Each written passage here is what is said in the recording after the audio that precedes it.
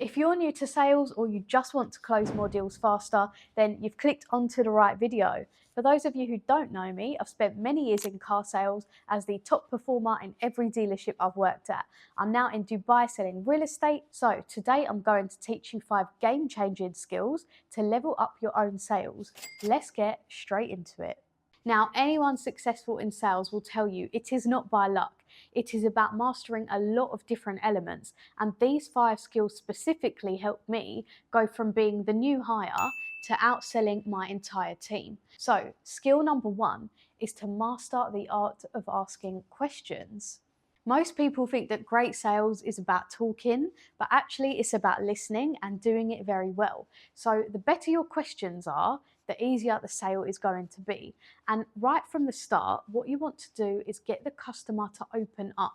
And uncover their motivations very early on. And think about the psychology behind this, because you can start tapping into their emotions and finding out what are their pain points. Is it about style? Is it about power? Is it about saving on fuel costs? Get the customer to open up and tell you what their problems are. Now, I would start with something like, what is the reason you want to change your car? What are you looking for in your next model? Or is there anything that you don't like about the car you're driving now? And they could start telling you themselves. I spend a lot of time at the fuel station, it's costing me too much, or we've got a baby on the way, we need more space now. So remember, the goal is to uncover their real motivations. Once you know their why, selling becomes a whole lot easier. And a key thing to remember in asking questions is to give yourself more options to work with. A classic example I used to use with every single customer was about the colour. So I would never ask them, what colour do you want? Black or grey? Okay, so now I've only got 2 options to work with, and if I don't deliver this, the customer will not be happy. So I would always ask them, which colour don't you want? White or red? Okay, so as long as I don't bring you a white or red car, you're going to be happy with it. Yep, fantastic. So now I've just given myself more options, making my job a whole lot easier.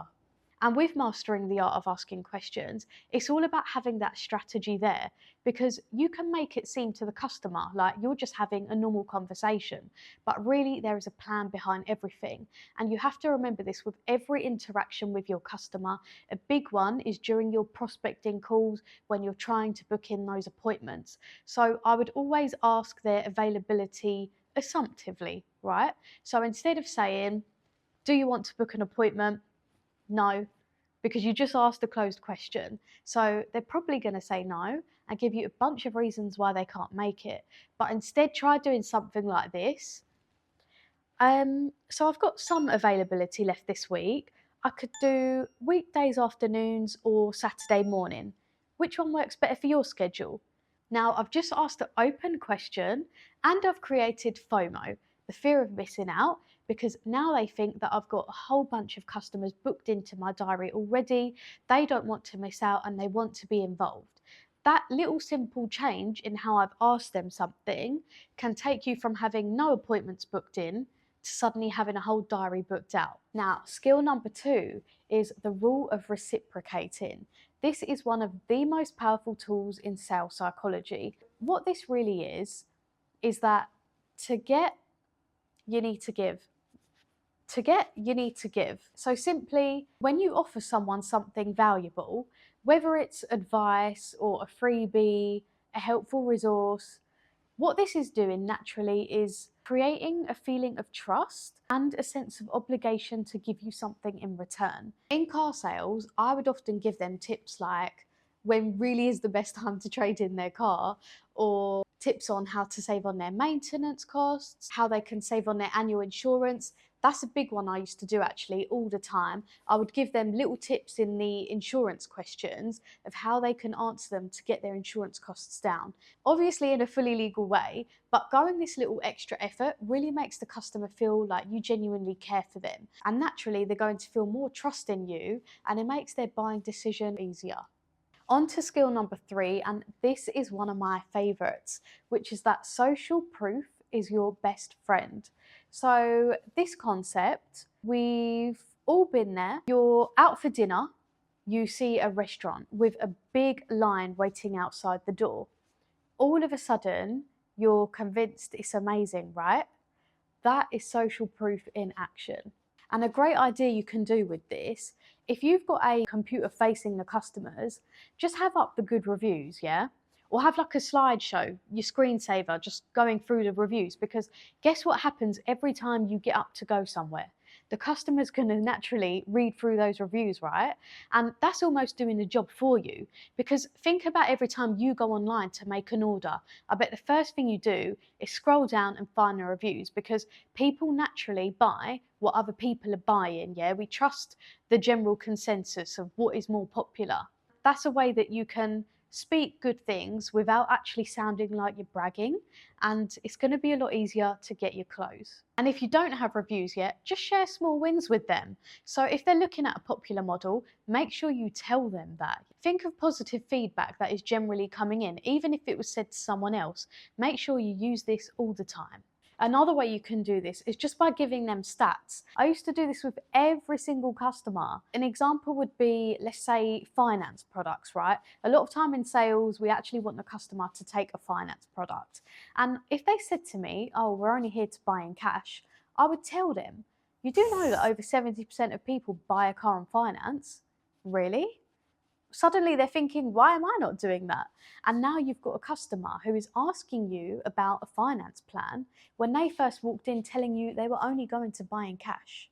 Make sure you're always using this skill during your test drives as well, because one of the biggest hacks I would do was effectively turn myself into a consumer as well. So during the test drive, if that happened to be the same model as my company car, I would tell them, hey, I drive this car as well. I chose to drive this car. I love this car because, yeah, if there's features that you love, tell them about that. Get them excited as well. So always use social proof. It will be your absolute best friend, because it will start making your sales close without you having to try.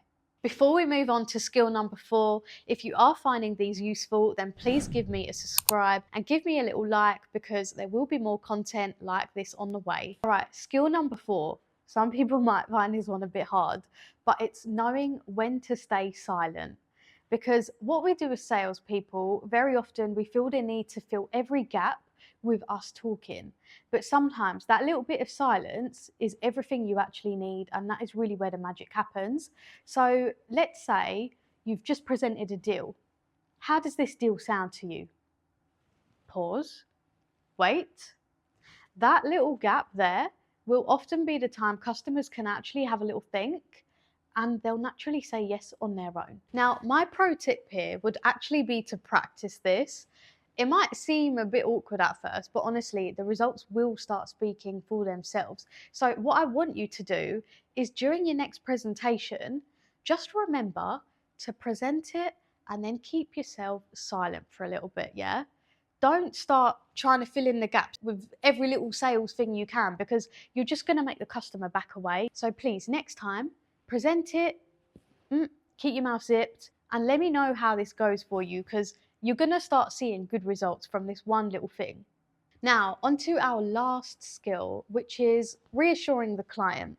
It's a very easy one to do, and so often this gets overlooked, but honestly, it can do absolute wonders, because once the deal is done, that isn't it. It's not just about getting a yes. It's about going the extra step further. By you simply calling up the customer, thanking them for their business and letting them know, by the way, you've made a really good decision. This product has a fantastic residual value, or you've actually just bought the best-selling product. Everyone's going on about this one right now. It gives them confidence that they've made the right decision, yeah?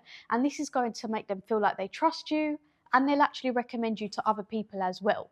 And simple reassurance like this is what can turn a one-time customer into a lifelong client. So my advice to help you is just always follow up with them. Thank them for their business, because it shows that you care not just about the sale, but also about their satisfaction as well. Now, you've got 5 of my skills to help you close more sales, but remember, success in sales isn't about being perfect. It's about being prepared and putting in the time and the effort. So start small, practice these tips, yeah?